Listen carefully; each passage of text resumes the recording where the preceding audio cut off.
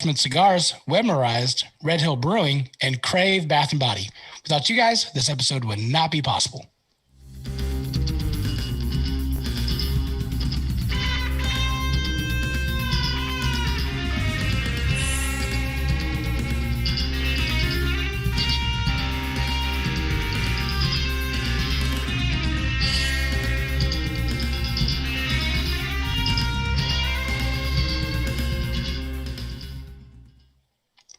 Hello, everybody. Welcome to a brand new episode of the Southern Fried Philosophy Podcast, where it's our take on life, liberty, and the pursuit of gravy, while you, the listener, are invited to grab a beverage and join us on the front porch and set a spell. We've got a great show lined up for you as always. But before we begin, let me introduce you to our starting lineup. Manning the video chat and the chat box and anything else that's related to twitching is Magic Man. Hey, everybody. And did you just say crap a beverage? No, I said everything related to twitching. Never mind. He said grab Yes. a beverage. Okay. Oh, grab a beverage. Yes. Yeah. All right. Southern phrase of the week. Yeah.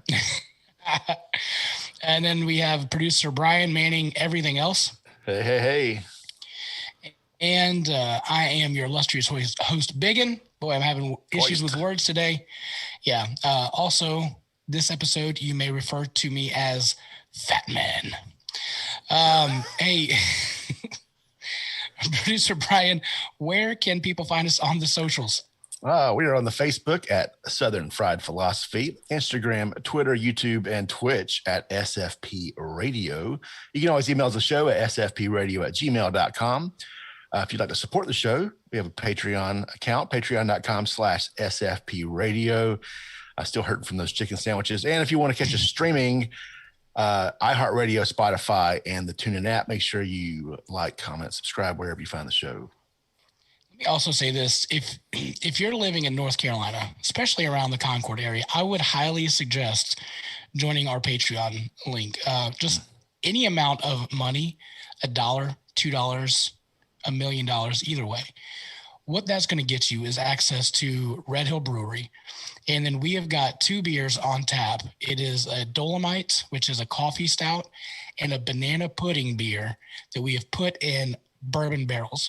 And we are going to have a release. And when we release that from Red Hill, we're going to have a SFP night where you can come up and enjoy the beverages with us. So only special guests will be allowed to come. So, If you're a Patreon subscriber, we'd love to have you. If not, us 3 will just be hanging out, and it'll be awesome. Challenge accepted.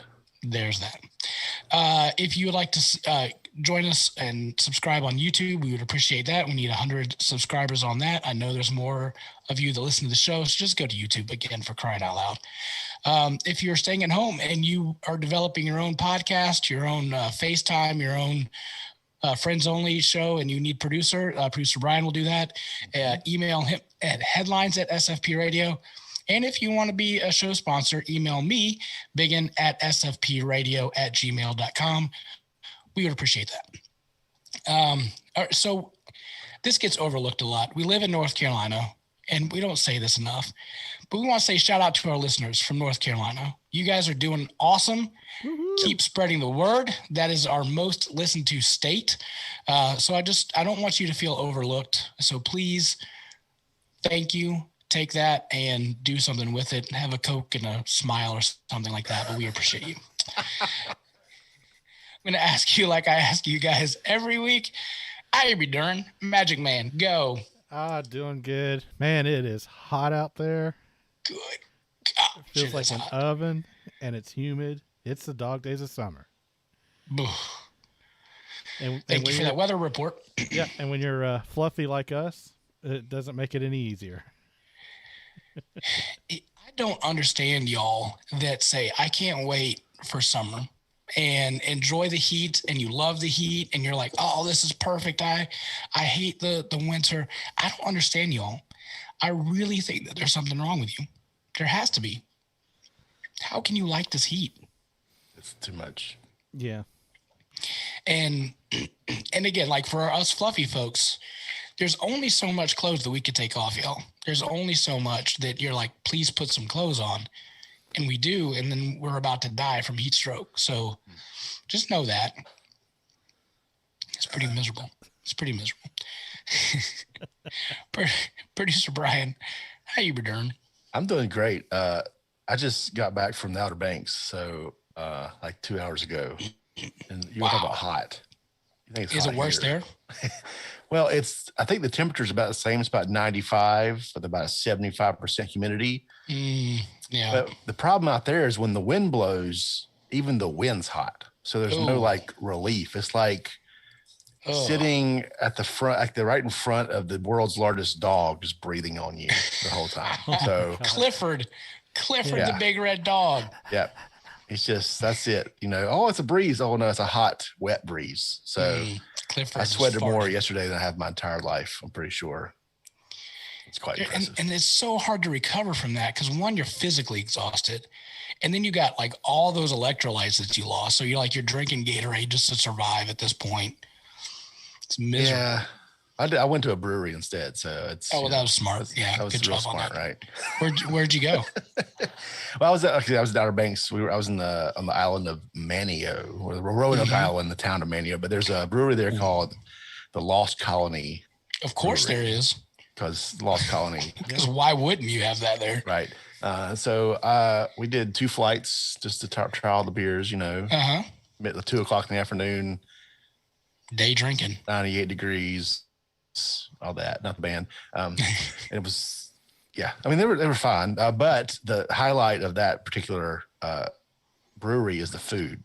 I had quite possibly the best shrimp and oyster basket I've ever had in my entire life. Like, it wasn't anything fancy. It was just, I think they just like pulled the net out, cleaned them, fried them, and gave them to me like within 20 minutes or something because it was so good. Yeah, so fresh. Yeah, when we were in Texas, we would go to Galveston and we would have some fried shrimp there. And they're like, yep, that boat just pulled in about an hour ago and we're frying them up now. I forgot what the difference is with fresh seafood versus what we get here. And it's good, you know, it's fine here, but when you get it like, you know, they caught these things yesterday probably. Yeah. It was fantastic. You like seafood, Magic Man? You a seafood guy? I would if I wasn't allergic to it. Oh, no. Yeah. That's terrible. Yeah. Seafood and tree nuts. Can't do either one. And peanuts? Tree nuts. Tree nuts. Yeah. Oh. I can eat peanuts all day, but and I love peanut butter. But yeah. Tree nuts and seafood, so yeah, it sucks. That's terrible. My wife grew up right next to the sea down in Georgia, and she's allergic to seafood as well, and it drives her nuts because she used to be able to eat seafood, and she goes, "Man, I would love to be able to eat crab legs again and stuff like that." Wow. Yeah, unfortunately, she can't. But yeah, so I've been to the seaside restaurants many times down there, and yeah, I hear the same thing. It's always better than anything because it's right. Yeah, they don't specialize in cheeseburgers, so those aren't ever as good. Yeah, seafood. Yeah. Oh, how you been doing? I'm good. As noted on the show, I've got a new grill. So I finally fired that bad boy up with appropriate equipment, i.e. thermometers. Again, I called Masterbuilt. They're sending the new stuff. God knows when that's going to get here. But it turns out like I've got a new set of thermometers, dude. And on this cook, and I didn't tell you, Producer Brian, I was like 40 to 70 degrees off. What? Like it was horrible. So, you know, I just kept cranking it up. So I was at 300, I was at 292 and I was just setting at 225, like that's 225 to 230. Yeah. So right. Masterbuilt knows it. They're going to fix it. They're sending new stuff. But I did a pork butt and I've never done that before. So I'm freaking out. Like, how do I do this? This thing, it's a 5-pound pork butt. And from what everything I read, it was 2 hours per pound. And so I'm thinking this is going to take 10 hours and this is going to be miserable. Nah. It wasn't. I was started at 8 and I think I pulled it at 2 or something like that. No, that's not right. At 4. So we had plenty of time and it turned out really good though, even though, I had to make the adjustments on the temperature. Overall, it turned out pretty dang good. There are some adjustments that I'm going to make on this next round, but it's all learning, right? Well, like it's not just that's it. You never stop. I've been doing this for a while, and you're never satisfied. Like, you're always going, well, you're your own worst critic, right? So you'll be like, well, if this was a little bit different, or maybe you make a little you're always adapting, changing. There's not I did it this one way and it's going to be the same way every time, right? It's not like that. I think I saw my Instagram feed where Jess put a picture of some of the stuff you made, and she seemed pretty happy with what you did. Yeah. And that's a good feeling, is when you get done, you pull the pork out, and again, family show, you pull that out, and like, she enjoys it, and she's like, oh man, this is really good. I want it. This is how I know it's really good. When she says she wants it for leftovers, I'm like, nailed it. Yeah. Right. Awesome. So she had it for lunch today, and I was like, yes. Sandwiches. That's what you go. Yeah. Well, we didn't even use the sandwiches. We just ate the meat and a little bit of barbecue sauce because it was a little dry, but what do you need to do? It was pretty good. Let's go to our Southern phrase of the week. It is, she's pretty as a peach. And yes, I am talking about my wife. This is a high compliment in the South. This is a saying that is used to compliment a girl. In fact, it is a common adage. Southern states are known for their peaches, notably Georgia and South Carolina, since they produce most of the peaches, more than any other state in the South. So that compliment is likely to be given to a girl that has a beautiful complexion, a blush-colored cheek, and just like the prettiest of peaches that you can pluck from a tree. So that's what it means when you say pretty as a peach. I have a question for you, Biggin. How does Jess feel about being called a peach, being that she's from Georgia? She's okay with that. Okay. She likes it. Yeah, because, Lori, she's from Georgia as well, and she hates being called a peach. Oh, really? Oh, gosh, she hates it. Let me yell at her. Do you like to be called a peach? Yeah, she says yes. So we're good on that. Yeah. Well, that's good. Because when we go back down, I take Lori back down to Georgia to visit her family. We'll cross the state line. I said, I'm putting the peach back in the peach tree, and she back at me. Wow. Does she make that noise? Because that's a little troublesome. Some variation of it, yeah. It's like, tell them Large Marge sent you. Yeah, that's right. Wow. Well, speaking of peaches, it is a summer food, and we're going to talk about this in a little bit, but the Garden and Gun magazine had an article about the perfect BLT. But it got me thinking about summer foods. What are foods that you can't live without in the summertime? Like, what are your favorite summer foods? I'm just going to spitball that out. Anybody got an answer for that? Magic Man, you said you were actually thinking about it last week. So yeah, no, ice cream, watermelon. Ooh, okay. Things I remember doing when I was growing up. In fact, one of the things I was thinking of is what was that? One of the things I was thinking of was my dad. When I was younger, we had an ice cream maker, and it was one of the ones you stick in the freezer, and then it makes it in the freezer. And it was made by, I want to say it was made by Sultan, but this is like, think 70s. Okay. And they had 3 colors. They had a beige color, they had a brown color, and they had a pink color, I guess for vanilla, chocolate, and strawberry. It's like a Neapolitan. Yeah. Okay. And I'm trying to remember which color we had. We had either the pink or the beige. I can't remember. But yeah, putting that in there, getting excited, waiting for the ice cream to be made and to come out of there. And of course, it only came out in the little quart container. It wasn't not nearly as big as what you get from the grocery store, but it was always good. Homemade's always good. Yeah. We had an ice cream maker. I think we would make banana ice cream. That was our go-to, I think, all the time. Just like the soft stuff, the rock salt. It wasn't the freezer one. It was the one you use like ice and rock salt, and it just churns real slow. It was electric, thankfully. It didn't make me sit there and churn it. Was it in a bucket? Like you put it had like a bucket thing that went with it. Okay. Yeah. But I remember that, for me, I would say a cantaloupe is something I love in the summertime. I really like cantaloupe. Any kind of watermelon. Okay. Just like I like barbecues too, like hamburgers, like outside, just grilled. Anything, Which makes sense when it's the hottest time of the year. Go around a very hot fire. Right. Yeah. Yeah. Let's go eat outside and stand around a 600-degree grill and cook hot food. Yeah. That's great. Yeah. Now, did you made some homemade ice cream the other day, Producer Brian? Yeah, for the 4th of July, actually, we did a strawberry ice cream. It turned out really well. I think it was the same one you sent me. So whatever. Okay. I was inspired by the ice cream that you and your wife were making, I think. So I was like, I need to know more. Yeah, I love watermelon. One of the things that's on TikTok now is it's a watermelon and mustard craze. Like they put the mustard on the watermelon, take a big bite of it, and people are like, this is going to be gross. And then they turn out like, oh, this is fantastic.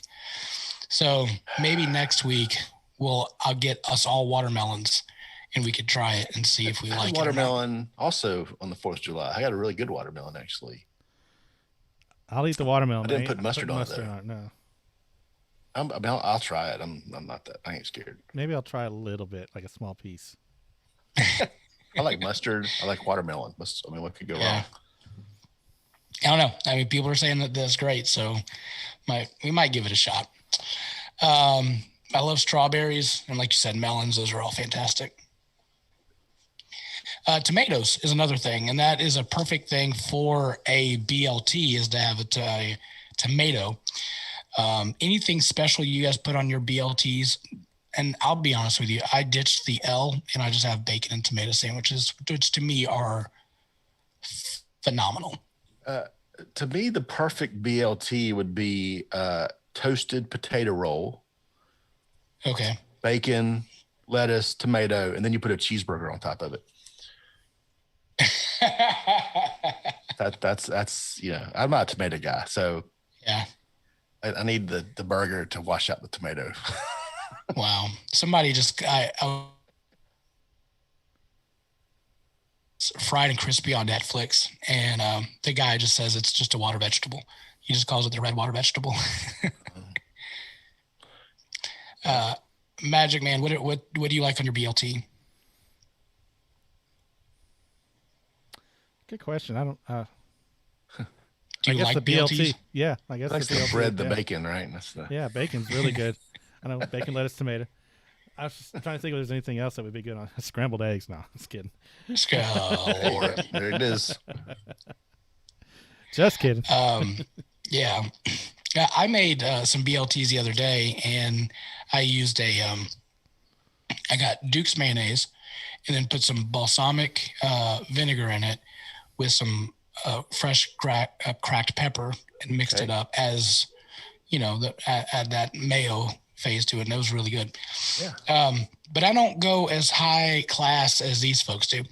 And it's interesting. It's, again, in the Garden and Gun magazine, and they featured a restaurant that's here in North Carolina called Kindred, and they opened in Davidson. Yeah, I've heard of that. And then the Hello Sailor in Lake Norman. Okay. Hello Sailor. Very close. And so they are building their BLT with great bread. They use a Pullman-style Benny seed sourdough, which I don't know what that is. I like sourdough. Okay. All right. Sourdough's good, yeah. Fancy sourdough. Yep. Check. Yeah. Okay. From a local bakery there in Charlotte. It gets toasted to a deep golden brown, rubbed with a garlic clove, and drizzled with a little olive oil. Okay. Not too much. And they say you don't want limp bread before you start layering the ingredients, which I agree with that. Right. The bacon is thick cut and roasted in the oven, which keeps the strips flat. And they use tiger striped heirloom tomatoes, but any good garden tomato will do. And then they have 2 thick slices of the bacon each. And then, of course, Duke's mayonnaise. So that's That's some Also, they say that bread. the mayonnaise, the the mayonnaise though is added. They add basil, fresh basil, and freshly cracked black pepper, and they use Tella cherry peppercorns. If you really want to finesse up your sandwich, which I don't know what Telly cherry peppercorns are. Cherry. Yeah, that sounds too fancy. Probably spicy peppercorns. Yeah.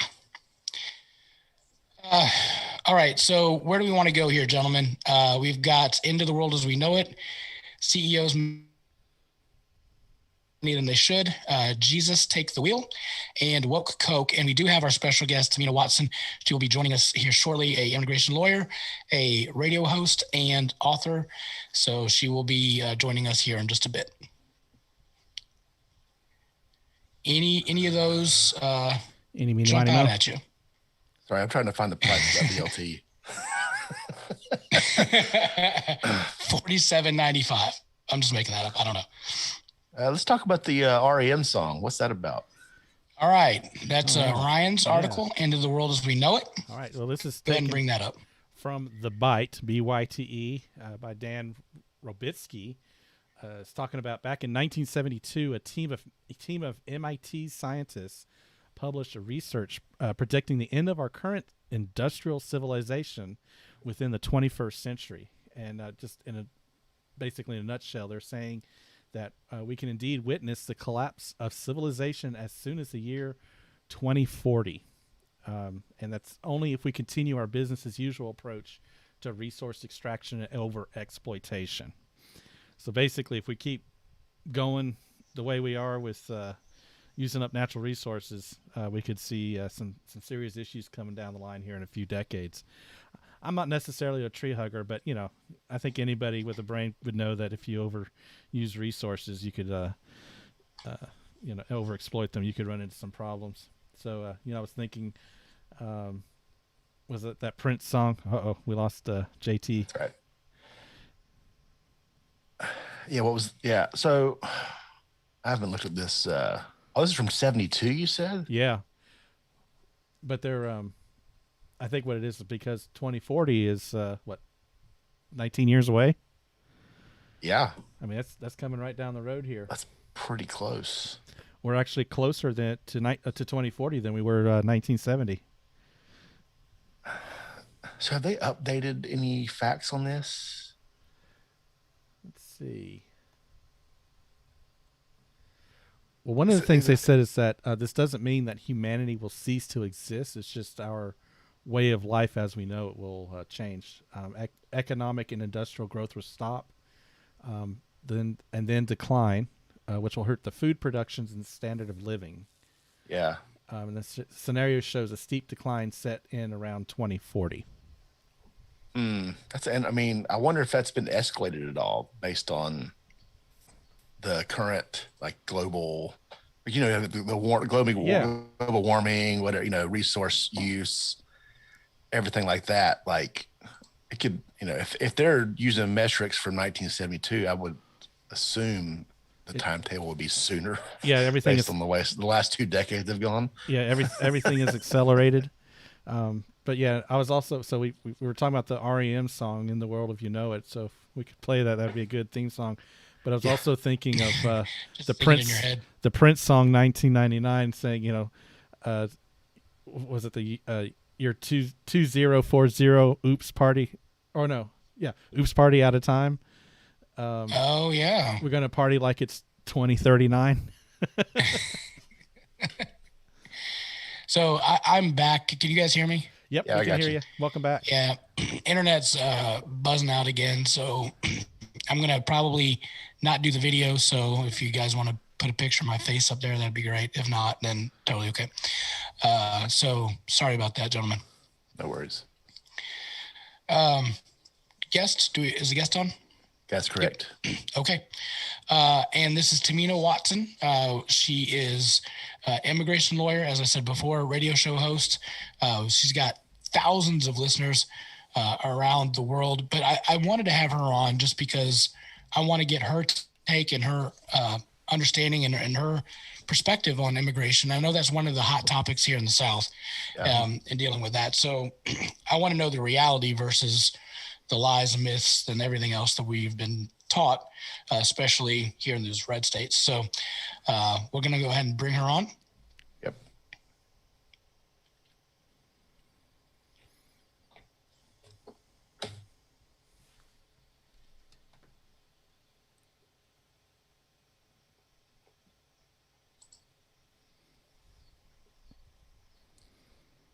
JT, hi, Can you hear me? Yes, I can. Can you hear us?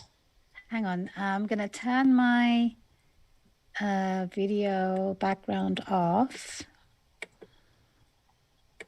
Wow, now that's a studio right there. Man. Yeah, that is a studio. Wow. I can, Look at a hear sound me. cancellation there. I can't hear you. Uh-oh. Oh, Oh, there we go. I hear you. You got us? There we go. I got you. Hi. How are you? We're good. How are you doing? Good. Thank you so much for having me. Absolutely. You've got myself, which I'm not on video because my internet is being very spotty right now. Okay. Producer Brian and Magic Man, he runs our video. And so he is, all three of us are on the show. So we're so thankful that you've joined us tonight. Well, I'm very grateful and honored you invited me. Oh, no, it's definitely our honor. So tell us a little bit about your story. You've you were the founder of Watson Immigration Law. Tell us about your story and how you got into immigration and how that became your passion and your interest. Well, just basically your passion. Yeah, thank you for asking that question. You know, I am an immigrant to the United States. I was born and raised in London, and then I had a sleepless in Seattle moment with my husband, and it was long distance for a while, and then eventually we got married and I moved here. And once I moved here, I had to figure out how to practice law again. I was a lawyer in the UK, and in the UK, the system is different from here. You can be a trial lawyer, which is named as a barrister, or a transactional attorney, referred to as a solicitor. And I was a barrister there, and I had to really figure out, you know, life all over again. So I took the New York bar exam, something that I was allowed to take. But if you live in Washington State, you generally need to have the Washington State bar license behind you to practice state law. So I sort of got limited in what I could practice. I really didn't know what to do. But what I did know is immigration was one of the things I didn't want to practice. I had seen immigration law in the family. My father was an immigration lawyer in the UK. And in my mind, it was asylum and all the issues that tug at your heart. And I didn't really want to do that. And so as I was looking for a job, 2 or 3 jobs came my way, and they were all immigration. And I kept saying, thank you, but no, thank you. And then the third time round, I thought, you know, I should just say yes, do this for a while, and then figure out what to do. But the second day, or the first day of actually practicing immigration law, I realized the universe kept sending it to me until I succumbed, because it was my calling. And the reason is I really wanted to be helpful to people. I wanted to really make a difference in people's lives. And I wanted to practice an area of law that was interesting, and I could see the beginning and end of a case. And that's what happened with immigration. It can be so much more than asylum law. In fact, it's so much more than that. And so I realized I could help the CEOs of companies. I could help entrepreneurs who are trying to make a big difference in innovation. And so the clientele can be anything you want it to be. And I really found my way through business immigration. And so I realized this is my calling. And, you know, the first time somebody, you know, picks up the phone and screams in your ear to say, I got my green card, and you're deaf, There's no moment like that, actually, because you have really truly made an incredible difference to them. And so actually in our office, we take turns in sharing that privilege now. There's good news, who's going to give it? It's Nice. truly a privilege. So that's how I fell into immigration law. But initially I was practicing with somebody else. And then in 2009, I started my own practice. And here we are in 2021. I'm still going, and I love it. That's fantastic. When I was going through the directory of guests, your name really stood out, and immigration stood out as well. And the big reason why is because for us here in the South, I don't think we really understand immigration very well, especially in these red states. We're in North Carolina, and we get a lot of prejudice about immigration, what it really is about. And we just say, well, just let them come over and fill out the paperwork and just be done with it. And I don't think it really works like that. So my biggest question to you is, how does it actually work in reality? And like, what are the pros and cons, and what is the cost associated with all of the process? I am so honored you picked me, and I'm so grateful you asked that question. In fact, I write a bi-weekly article. I have a bi-weekly column in a national magazine, legal magazine called Above the Law. And I write about these regularly, things that I see and why the current system isn't working, or what the challenges are, and why that particular issue is really important. So, for anybody interested, I would direct you to Above the Law / Tamina Watson to find all my columns. And I'm going to start with the basic overview of immigration and then dive into why it's important. And I also have to thank the universe for giving me this opportunity today, because I wrote an article yesterday, and one of the sentences I wrote was, those who don't necessarily appreciate immigration or understand immigration is because there's not enough education. And I just wrote that sentence yesterday. And then here you are giving me this opportunity. And you're right, because a lot of people, it's one big lump sum, and it's not necessarily the whole picture. So a basic overview of immigration. The immigration laws of this country were set in 1990, and they're divided into family-based immigration, employment-based immigration, diversity lottery, and then the other humanitarian criteria, such as asylum and refugees and some of those other things. Most people see the asylum and refugees, and that's their equation of immigration. So family-based, there are also quotas, meaning that there are a set number of green cards that can be given out each year. And in fact, yesterday I did a webinar on these green cards. I was moderating one. So anybody interested could go to our blog and find that webinar and understand a little bit more about that. But the family-based immigration is really about family members sponsoring other family members. So, and it's not like people might have heard in the news, aunts and grandparents and so forth. It's really close relatives. So parents, children, and siblings. But I describe it to people like, if you look at a dartboard and you have the bullseye in the middle, that's the closest relationship. And those are rather quick to process. Depending on, the relationship, it could be just the processing time and there's no waiting time. And as you get on the outer circles of that dartboard, the waiting time gets longer and longer. So therefore, the sibling is considered on the outer skirts of that dartboard, and they wait 10 plus years. So it's not a quick, immediate solution. And it can be longer than that, depending on which country you're from. If you're from the Philippines or Mexico or India or China, that timeline can be closer to 20 years. So it's not by any means a quick solution for anybody, but only those are the criteria that can qualify through family-based. Now, employment-based immigration, those criteria were set in 1990. And again, if you look at the dartboard, those green cards, the closest one in the bullseye is those who are extraordinary.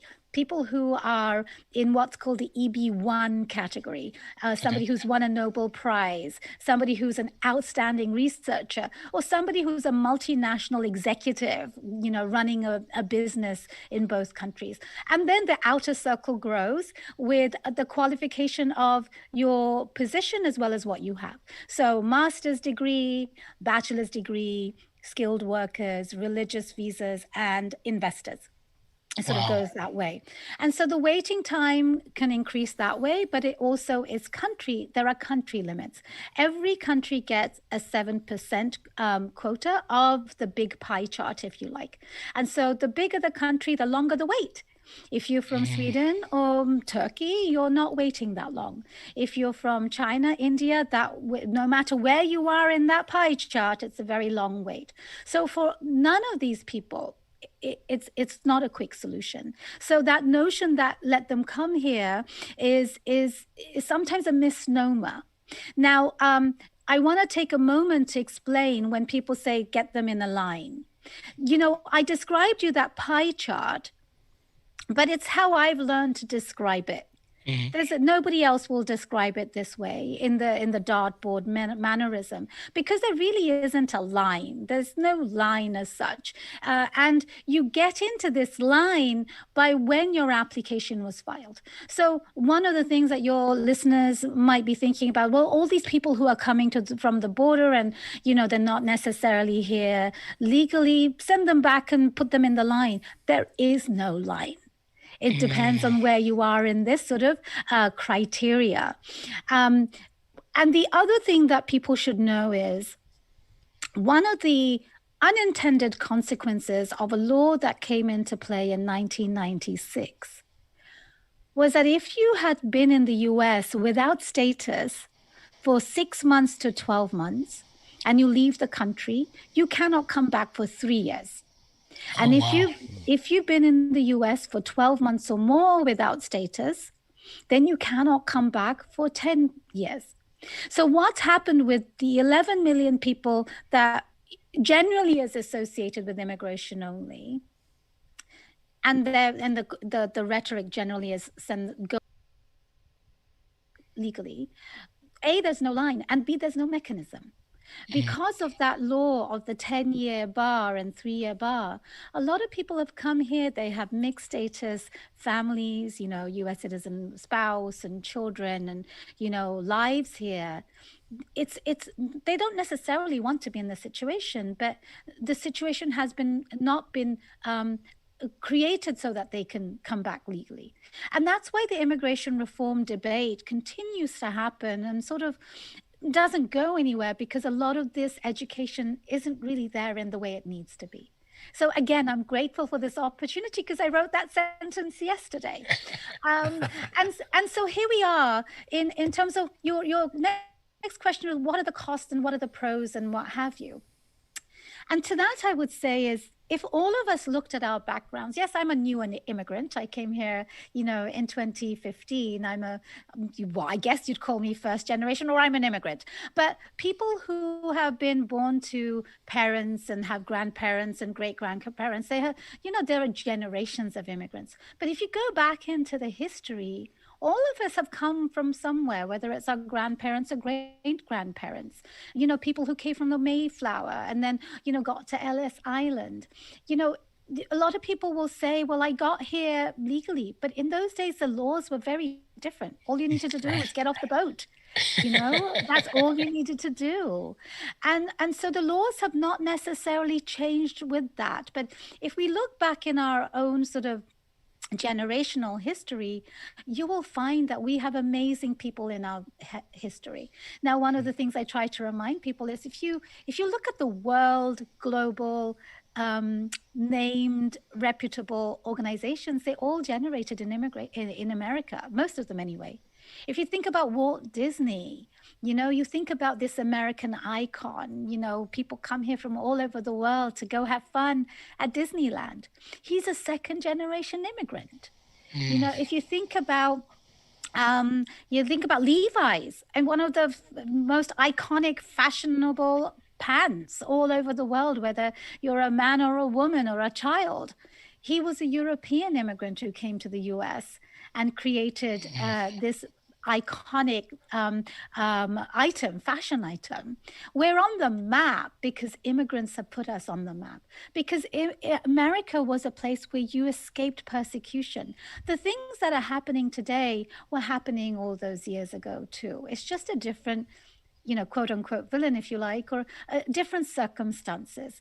So America has been a place where people have come here and they've made their dreams come true. I come from a different country, and my parents were from a different country too. My parents were from Bangladesh, a South Asian country, and they were immigrants to the UK. Immigrants, wherever they go with the expectation of getting their hands dirty, really knowing that they have to make their own living, have to be part of whatever community they're in, and really make sure that they are paving their way to earn their living and make the place a better place for them and where they live. And that has gone on through generations. So there are statistics to show different types of immigrant contributions. Now, I deal with entrepreneurs a lot, and there are studies to show that immigrant entrepreneurs or children of immigrants have created or co-founded 50% of the startups in America, which in turn have created hundreds and thousands of jobs. Elon Musk is one of the most notable immigrants you can think of. And, what has he done? He created PayPal and, now Tesla. And of course, now he's thinking about going into space and he's going to take us with him. He's creating these opportunities for the regular person. I mean, obviously, Richard Branson has already now taken the first step in doing that. But these are not, these are dreams for some people, but that's what makes us, able to do the things that we don't necessarily think about.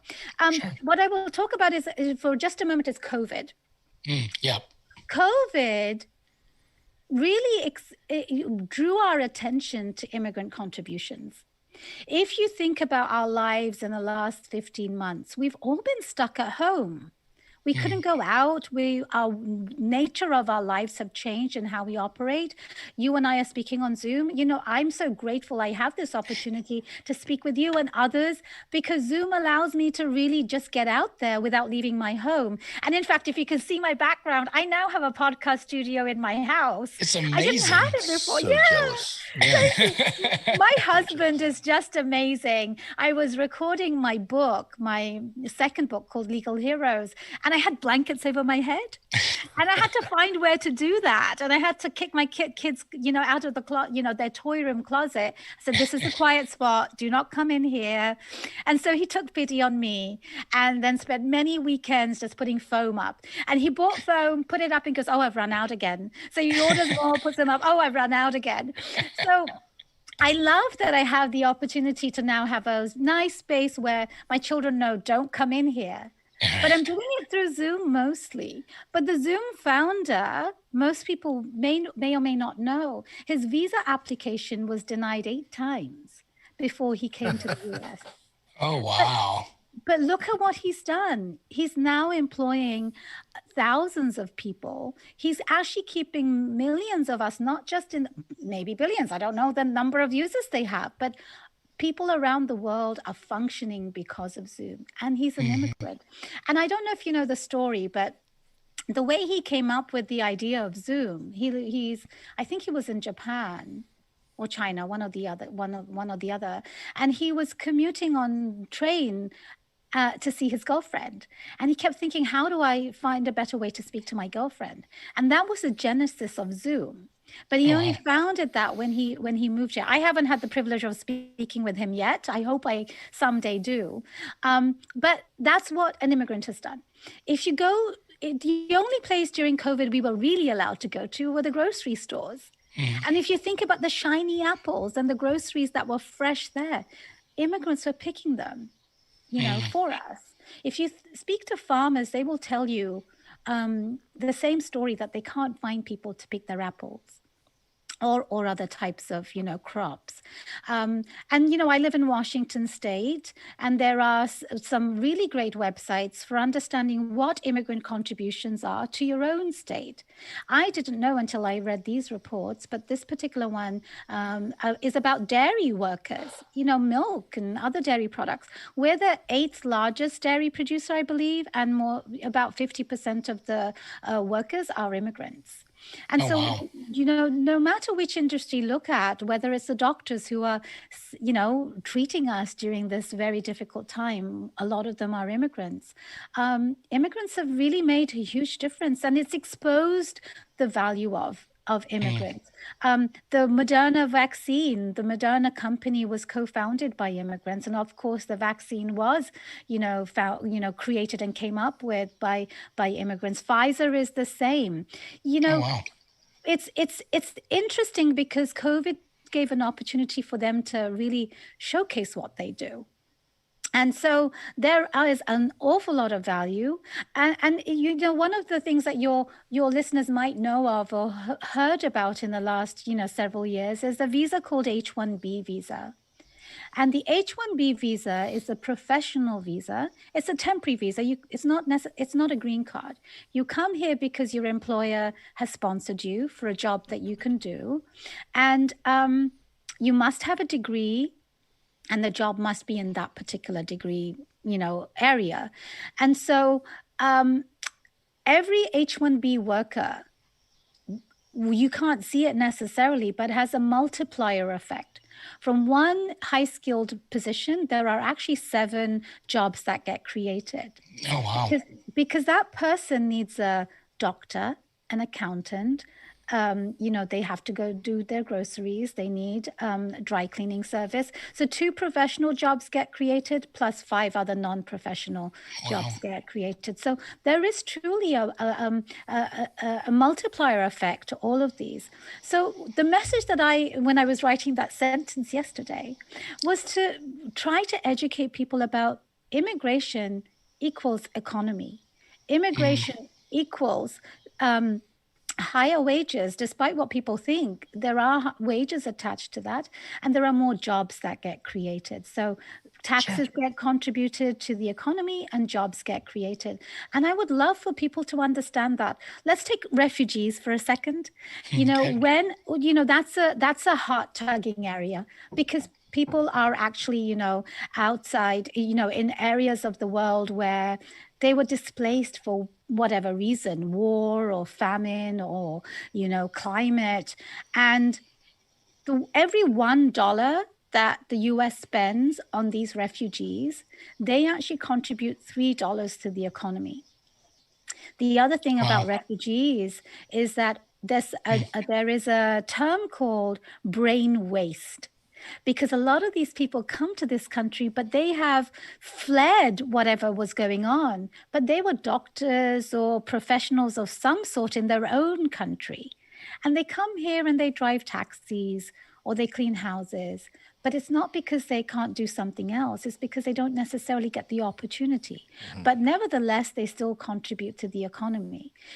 Other countries, and actually your listeners might be interested in knowing, just this week, was it this week? Yeah, time is a blur. On the 13th, which was yesterday? No, 2 days ago. The 13th, the House Judiciary Committee had a hearing, actually, and I was very fortunate to be able to submit a statement and a copy of my manuscript of the book that's coming out next week. But they were really talking about other countries having immigration policies that are attractive to immigrants, because Canada was the country of focus. Whatever America has been doing, Canada has been doing the opposite. If we're really slow to process cases, they are making them faster to process. They are essentially, putting a lot of incentives out there. And the reason the hearing happened, and there were lots of good testimony on both sides, and people, if they're interested in educating themselves, the testimonies for all the people are on the website for the House Judiciary Committee's hearing, and people can learn from them. There are statistics, and people who are knowledgeable about these issues talk about how businesses are not able to find the workers they need. Now, you may know this, and you probably hear this, whether you're a big tech company or a small business, both these types of businesses are struggling to find people to fill them. Yeah, it's interesting where you hear the adage, well, they're going to go take our jobs. There's a ton of jobs open now and nobody's taking them. So, that doesn't add up. It doesn't. And one of the statistics that were put out there is at this very moment, there are 1.3 million vacancies for jobs. One of my latest articles in my column was actually sharing some stories of my clients and 3 different types of clients. Small business owners, one owns a hotel, and she's like, I can't find anybody to help me with my business. To help, but there's no visa category for that particular type of quote unquote low skill. One of my other clients owns fast food restaurants, and he said, hey, I can't find anybody. I have a line of customers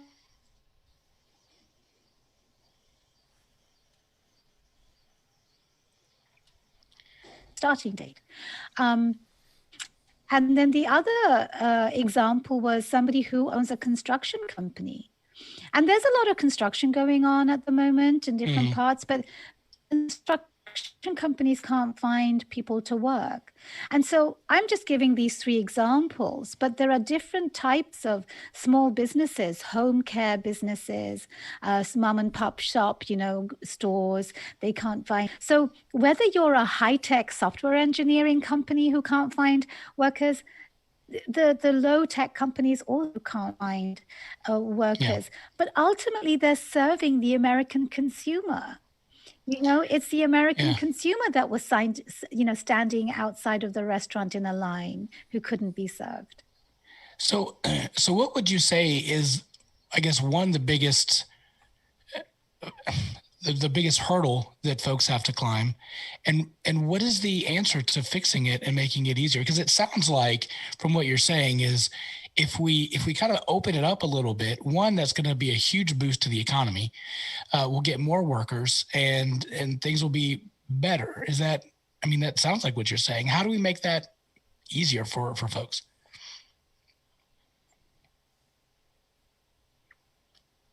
Yeah, that's a really good question, because I don't know if I necessarily have a good answer. The powers that be are those in Congress, right? And those in Congress, and we have a 50-50 split at the moment, but they're all catering to their constituents. And this is where the education is important, because they all want to make sure their constituents are heard. But the hurdle really comes down to border security more often than not. And so that definitely is an issue that needs to be resolved. There's no question about it. And I think, this administration really does want to find good solutions. If you hear the news in the last few weeks, the administration has made it vocal, saying, please don't come here until we've figured it out. So border security is one of the obstacles that really comes into the conversation. But I think there needs to be compromise. Our economy at the moment really does need to be revived. If you think about the eviction moratorium going on around the country, I live in Seattle. There's a big homeless crisis here, and there is a housing eviction moratorium going on. I think there's a federal moratorium going on around the country. New York has one. The moment these eviction moratoriums are lifted, we're actually going to see a huge crisis that really, I don't know if we can handle as a country. And who are these people that will need jobs? Everybody's going to need jobs. How are we going to create those jobs?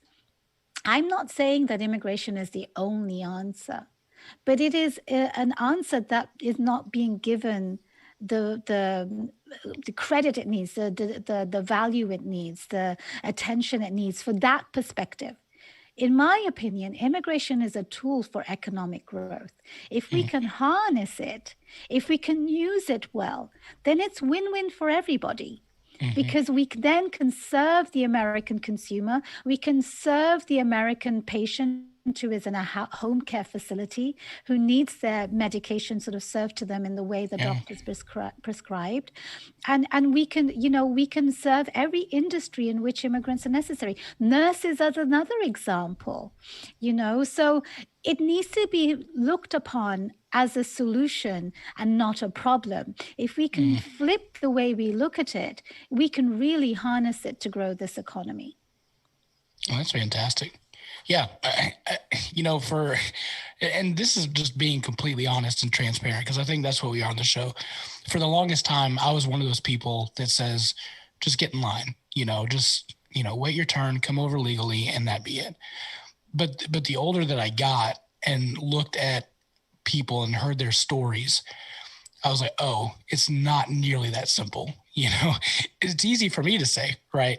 But that's not the case. It's not easy for folks to come over.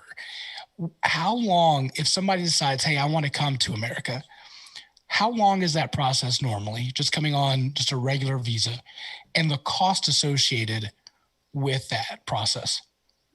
First of all, thank you so much for sharing that, because that's one of the biggest questions I get. Why are they not just getting back in line? Right. And, you've now come to realize it's not as simple as that. And it could be, if that 3 and 10 year bar that I mentioned to you, if that could be reversed, rescinded and taken away, then you can open up the pathway for them to come.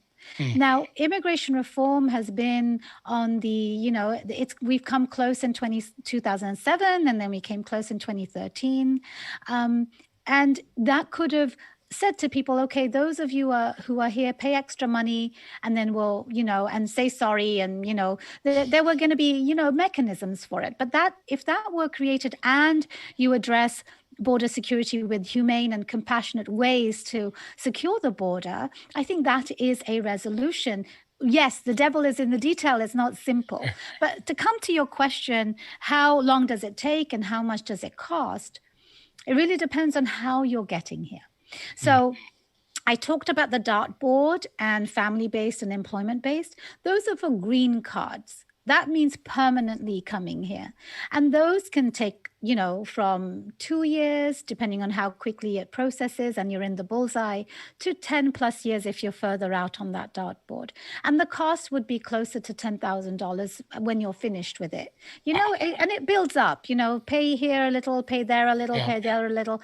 That's how it builds up. And the government fee and the lawyer fee, it all adds up. But then, the random question I might get is, hey, I'm a student here. My employer wants to sponsor me. What are my visa options? And that's when we go into the visa soup.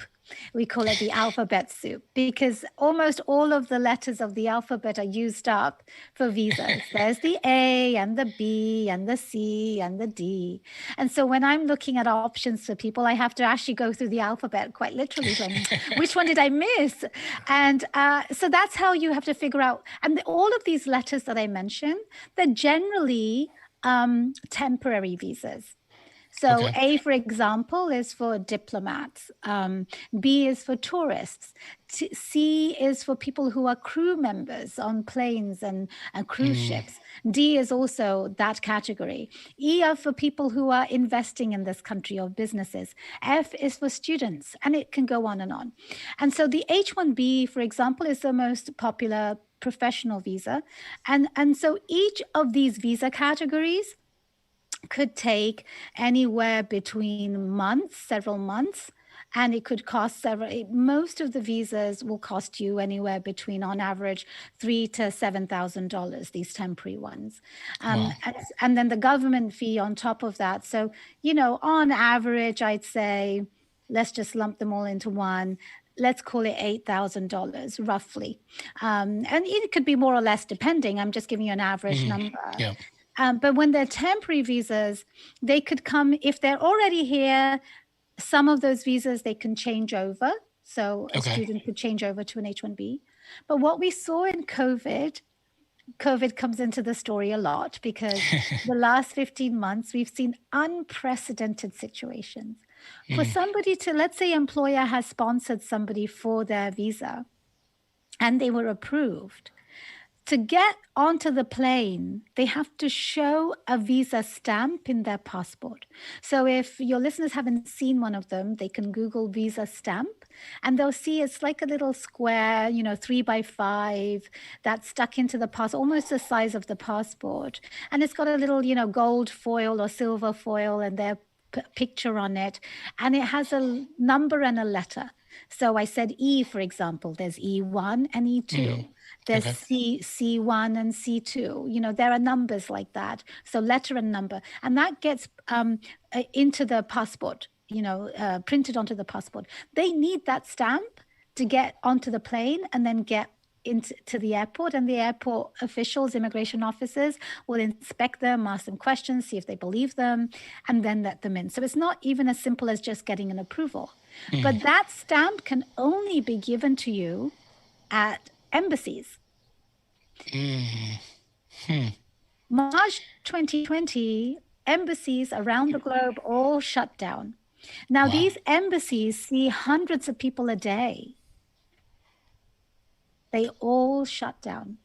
So they're giving stamps for people with the temporary visas. They're non-immigrant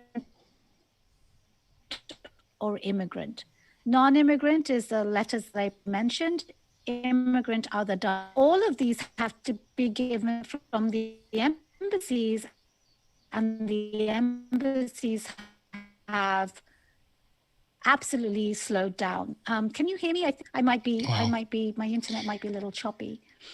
And so there has been a lot of delays and backlogs into people getting their visas. But on top of that, we now have country-specific bans.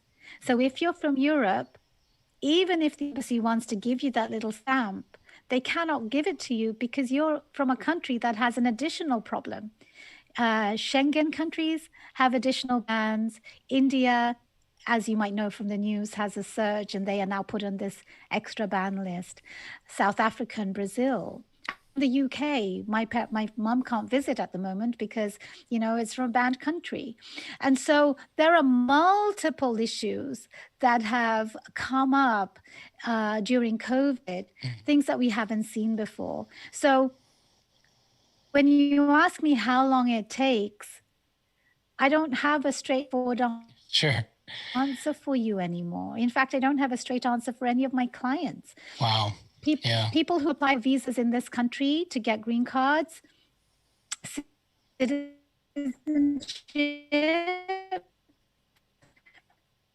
there's a process, and these offices in the US were also closed, and the people get seen every day. That backlog has grown to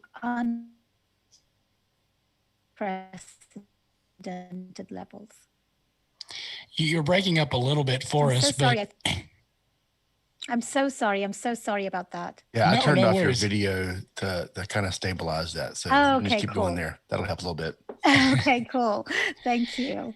Yeah. So basically, this whole COVID thing has just shut down the embassies, and now it just created more of a backlog. So if you're one of those that say just get in line, now at this point the line's even longer. So that doesn't even work. Yeah. It's been crazy. Yeah, I have a buddy from work who went to India. He's from India, and he's stuck there. He can't come back, and he's hoping to hear something by the end of this month. Whether because of the whole COVID thing, they've got a complete ban for people that, and he'd come back with a visa and everything, it'd be perfectly fine, but he can't come back because of COVID. That's a really good example. That's exactly what's happening. I was speaking to somebody today who's from the UK. They have a specific type of visa, not the professional one, but they're like, if I leave for these, 3 reasons, can I come back? I'm like, there's no way you're going to be able to come back. Wow. And so they have a job here and lots of other things going on. The moment they step out of the country, they can't come back. So it's a daily challenge. Yeah, I'm sure. I don't envy your job at all. To see that, I would love to see people getting their green cards and embracing their family and seeing their family, but then the heartbreak of not being approved, and the disappointment in their eyes and their face, and not being able to see their family, that would tear my heart up, I think. Oh, the guy that my friend who's stuck in India, he just recently renewed his visa year before last, and he came running into the room I was in at work and like gave me this big old bear hug, and he says, he was all happy. I'm approved. My visa went through. Wow.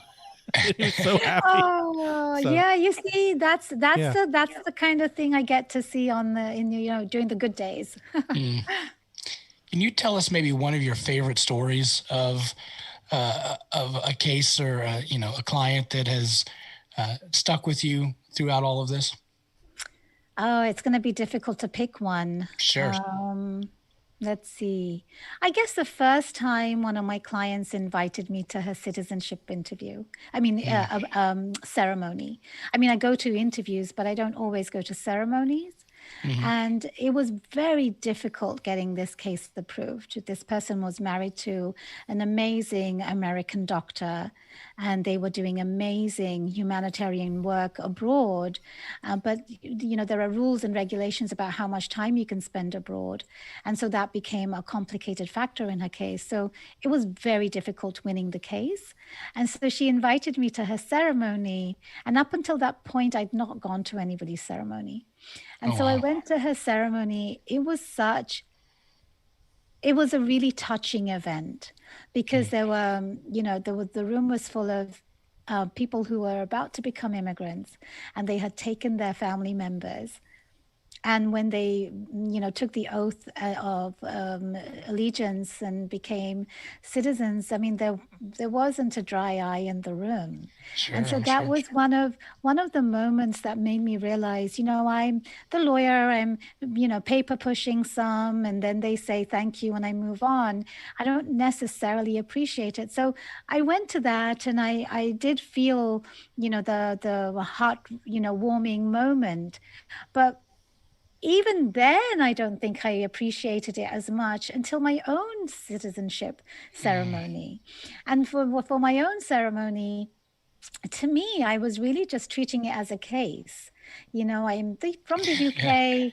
I have rights. I didn't feel compelled to apply for citizenship. But then I had a baby, and I thought, oh my gosh, I've got to have the same citizenship as my baby. So I'm going to do this. But to me, it was like, oh my gosh, I've got to do this. It's a chore. So I had to go through the process, and it's in the Seattle Times, my story.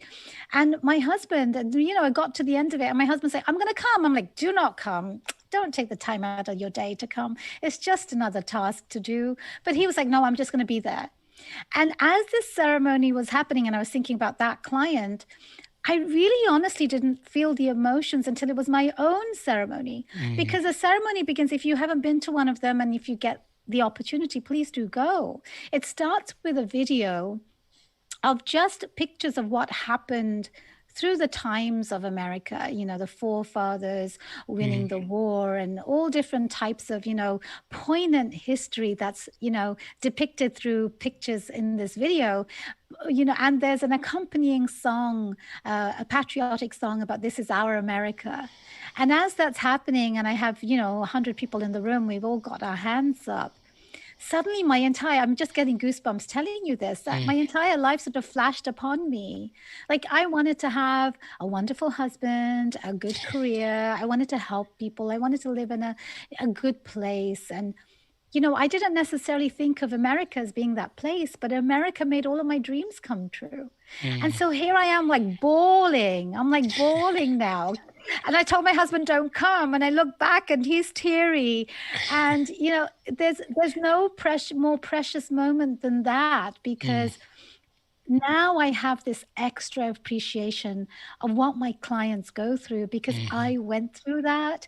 And now after that moment, the magic words, I mean, we have Magic Man here, but I have these magic words that I say to the office team that, oh my God, they said those magic words. Because the moment somebody says to me, that's my dream, I feel extra empathetic to make that dream come true. I had one client who's an American, had a business, and she wanted to dance with this dancer, a foreign dancer, and she goes, it's always been my dream to make sure that dancer comes here and I dance with that person on stage. And I'm like, oh my God, I've got to do everything I can to get that dancer here. And they have their what's called a P visa, and nothing was easy about that case either.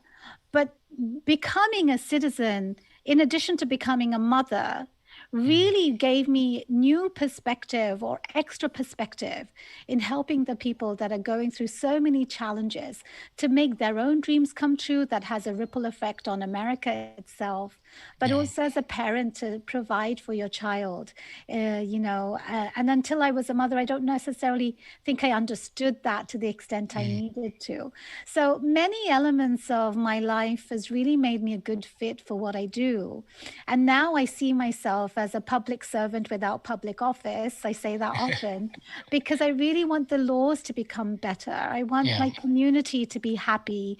I want, really to my surroundings to be happy.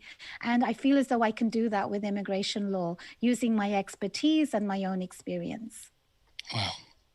What a great story. Tamina, thank you so much. So wrapping up, we got 2 minutes. What's the biggest misnomer that you would have to say for people that maybe that have thought like me, Southern red state? How do what's the biggest misconception we have about immigration? There are many, but if I had to pick one, it's that they're taking our jobs away. Yeah, and that's clearly not the case. Tamina, I could talk to you for hours. One, just because I love your accent. I could listen to that all day and just let you read the phone book, and I'd be just perfect.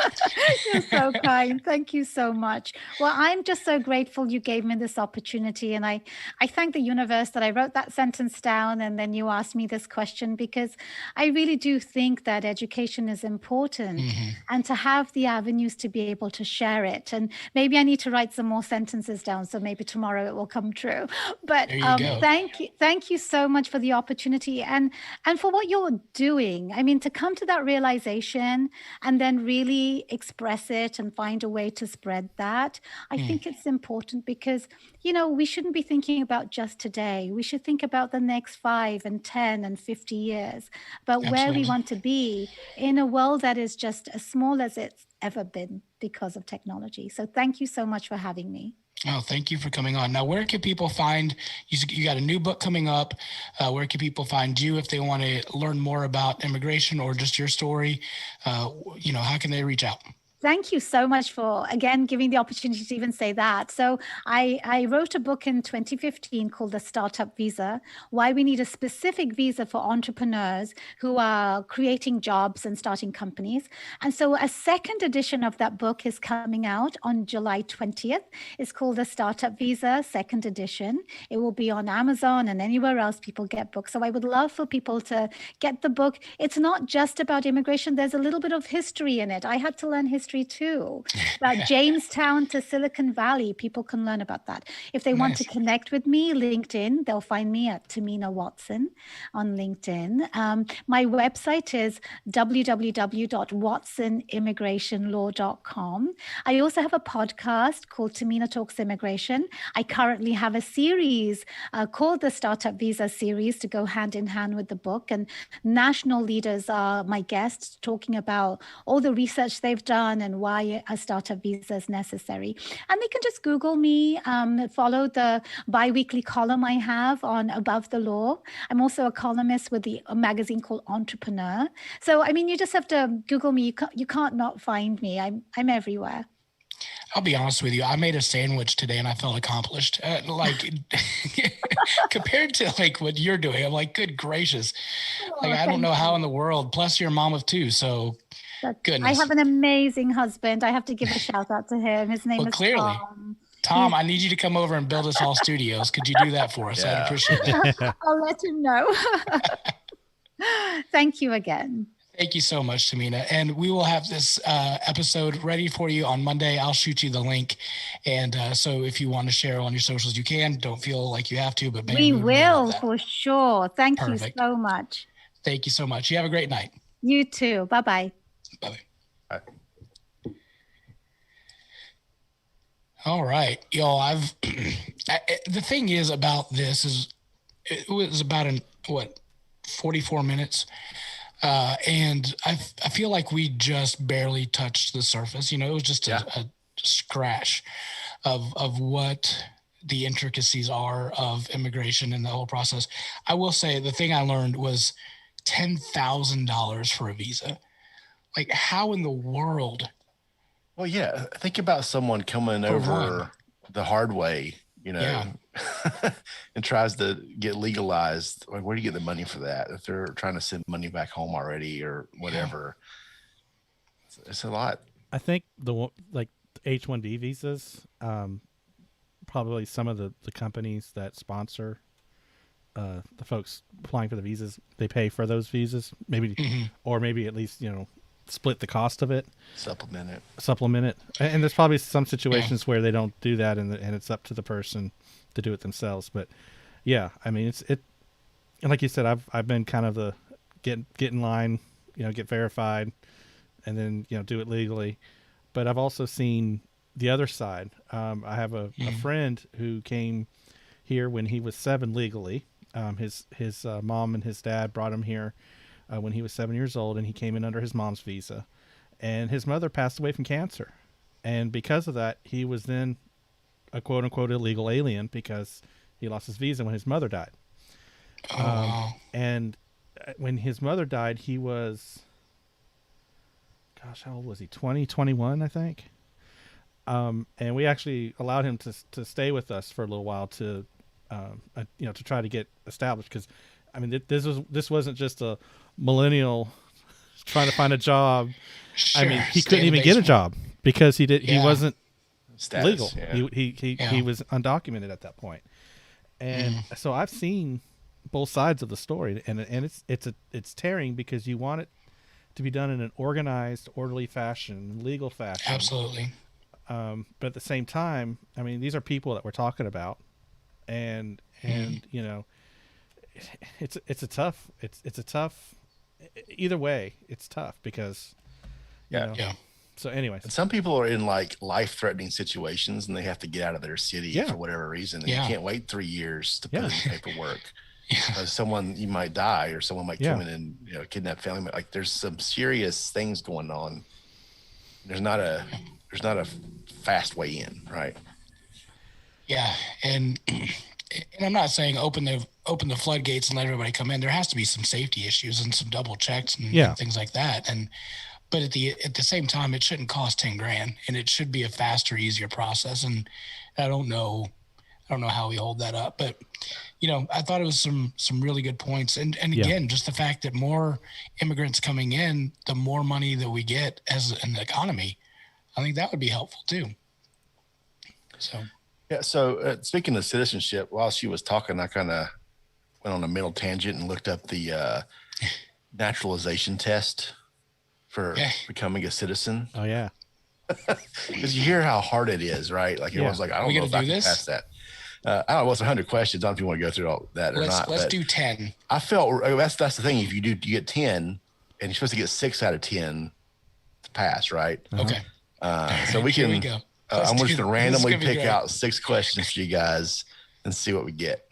Are we getting 10 each, or is it going to be just we answer together? We'll do a team sport here. Okay. All right. Yeah, I'll just. This is great. Yeah, you guys can if you need to phone a friend or whatever, we can do that.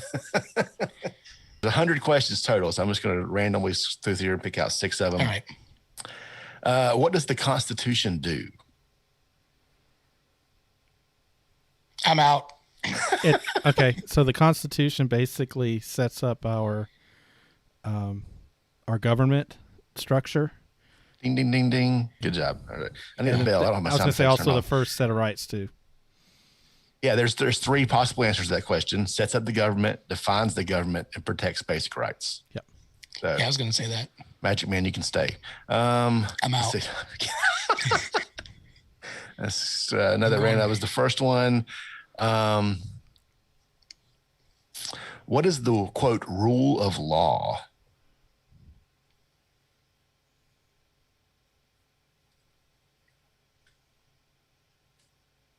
It's the law. Is it similar to common law? The rule of law is the law that makes the rules.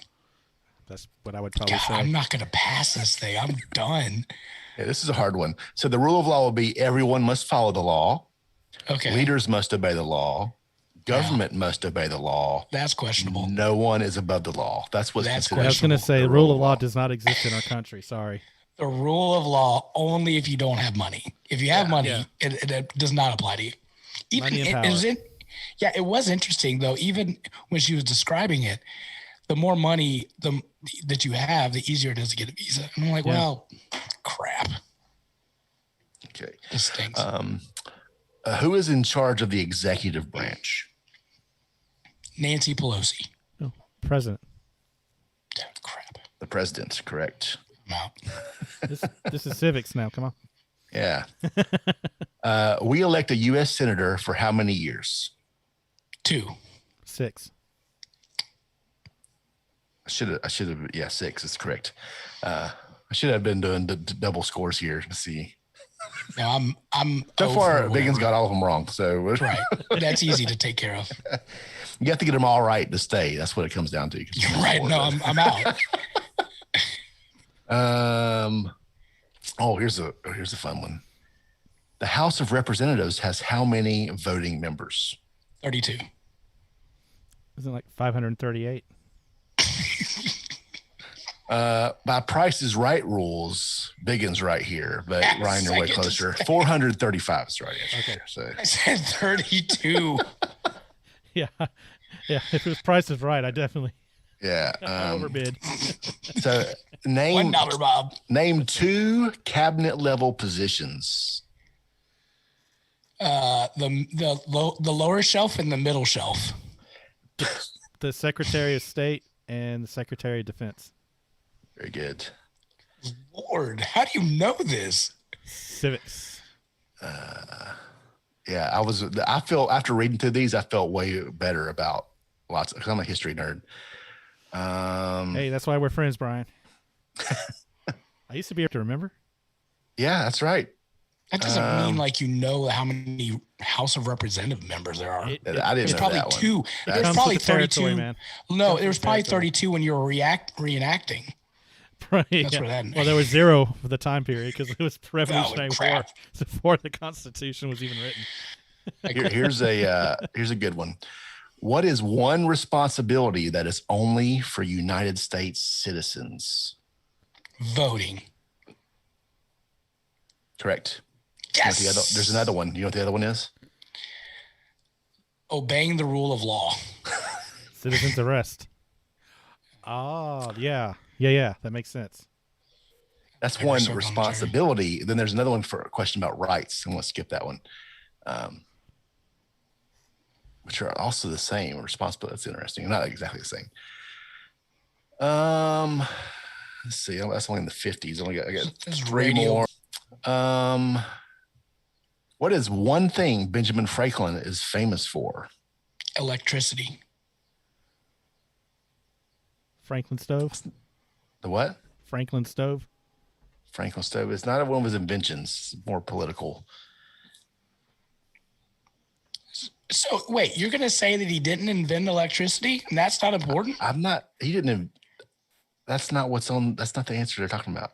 This is American history. No, the question was what's something important that he did? That's What's it. He one invented thing he's electricity. famous for? That's what he's famous for, flying a kite. Getting struck by lightning. Is that what he's famous Yes. for? Discovering electricity. If it wasn't for that, I would have no idea who Benjamin Franklin is. He's got great little glasses. The accepted answers are he was a diplomat, He was the oldest member of the Constitutional Convention. He was the first Postmaster General of the United States. All right, I'll give you that was important. He was the writer of Poor Richard's Almanac. And he started the first free libraries. You know. Are there any questions on there that I would get by watching Alexander Hamilton? Who is the father of our country? George Washington. Yes. There you go. That was on there. What was what territory did the United States buy from France in 1803? The Louisiana Compact. No, Louisiana Purchase. Yep, it's the Louisiana Purchase, correct. Yep. All right, Same one thing. more. One more. Oh, wow, so many choices. I'll be honest, I thought this was multiple choice. This is interesting that this is on here. Name one American Indian tribe in the United States. Cherokee people. There's Cherokee pride. There's at least 25 on this list. Seminoles. There's like Braves. And the closest one to where we live is the Catawbas. There's 22 on this list. The Catawba is not a. It's like that's a sect of a different tribe, isn't it? Like, weren't they? They're not on this list, but They should be. Cherokee, Navajo, Sioux, Chippewa, Choctaw, Pueblo, Apache, Iroquois, Creek, Blackfeet, Seminole, Cheyenne, Arawak, Shawnee, Mohegan, Huron, Oneida, Lakota, Crow, Teton, Hopi, and Inuit. But anyway, Could that Tim McGraw song be played anymore? You know that I Seminole win? Yeah. no idea. I don't think you can play that anymore. Yeah. So that you guys, okay. So that was, I was 10. You missed, Magic Man missed 2. So, He stays. Biggins going back to Germany. yeah. And then they get into some geography, you know, Yeah, that wouldn't help. That's, well, here's what's interesting. Can you name which states border Canada? Do you know how many there are? All the ones at the top? Duh. Take a wild guess at the number. 32. I'm just kidding. That's too You many. said a while. Let me point like Magic Man. 1, 2. He's not going to get it right either. It's like 9 or 10. It's 13. Oh wow! I was going to say 13. You Because guys. there's I ones lost you don't count when think I got up about. to when I got up to New England. That's where I got lost. New England gets rough because Maine, New Hampshire, Vermont, New York, Pennsylvania all touch Yeah. Canada apparently. I knew that. Their border. So there's only 4 that border Mexico, but they're bigger, right? Yeah. America's top hat. Yep. And there's some holidays. You have to name. Do you name 2 national U.S. holidays? Anybody? Labor Day, Federal Memorial holidays? Day. Yeah. Juneteenth. Is that on there? Easiest. Juneteenth's not on this one though. It's an old one. Yeah, I don't know when this was written, but this is pretty recent actually. Will. Anyway, you guys can stay. You passed. That's the. I can stay? You guys can stay. Well, with Ryan's help, you can stay. Yeah. Right. If I need to take the test, Ryan, I'm coming to you, buddy. All right, I got your back. Yeah, this was revised in it's January 19 is when this was done. Yeah, Juneteenth came about what Y'all. a month ago. A month ago. Look, you all think it's easy to come join the country. You got to take this test. I know most of y'all ain't passing it. So don't look at me like I'm an idiot. Everyone you couldn't fell do it asleep either. in civics class, right? Like, Absolutely. I felt pretty good after reading this. I could get 6 out of 10. I felt pretty good about 6 out of 10. So If I could just do like the name 3 branches, I could probably do that. That's about it. You know, it's funny we're talking about theme songs tonight. Something that's been going through my head this whole time is that Neil Diamond song, "They're Coming to America." We're coming to America today. That's right. Love Neil Diamond. Oh, love it. All right, They're up guys. listening to it. Thanks, Me Mom and Dad. too. Thanks, Mom and Dad. All right, guys, we are going to wrap up the show. Thank you guys for listening. I appreciate it. Again, if you want to reach out to Mina or hear more of her story or buy her book, all that information will be in our show notes. You can check that out there. And then next week, we do not have a guest, but hey, we'll be here. Thank you guys for tuning in. And as always, keep looking up.